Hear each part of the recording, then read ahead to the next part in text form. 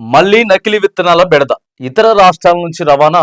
ఇప్పటికే పలు ముఠాలు పత్తివేత. కమిషన్ల ఆశ చూపి ఇగో ములుగు జిల్లా వెంకటాపురం, కన్నాయిగూడెం, వాజేడు మండలాల్లోని 55 గ్రామాలలో పేరొందిన కంపెనీలని నమ్మి 13 ఏం చేస్తారంటే వీళ్ళు గిరిజన ప్రాంతాలకు ఎక్కువ తీసుకుపోతారు అనమాట.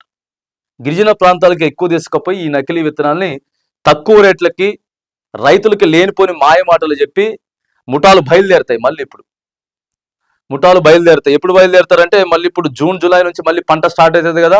ఓ 2 నెలల ముందే ఆడ కొంతమంది డీలర్లను పెట్టుకుంటారు. కొంతమంది డీలర్లను పెట్టుకొని వానికి ఎంతో కొంత ఆశ చూపి రైతులకు లేనిపోని మాటలు చెప్పి ఇట్లా సప్లై చేస్తుంటారు అనమాట. అనేకమైన ముఠాలని పట్టిస్తున్నారు. ఆల్రెడీ పట్టుకుంటున్నారు, పోలీసులు పట్టుకుంటున్నారు, అధికారులు పట్టుకుంటున్నారు కదా. అయినా కానీ ఏదో ఒక రూపంలో రైతులు దయచేసి జాగ్రత్తగా ఉండండి. ఎందుకంటే పంట నష్టపోయిన తర్వాత అరే అట్లయిపోయింది పంట, ఇట్లయిపోయింది, తక్కువ రేటుకి వస్తుంది కదా అనేది దయచేసి కాదు.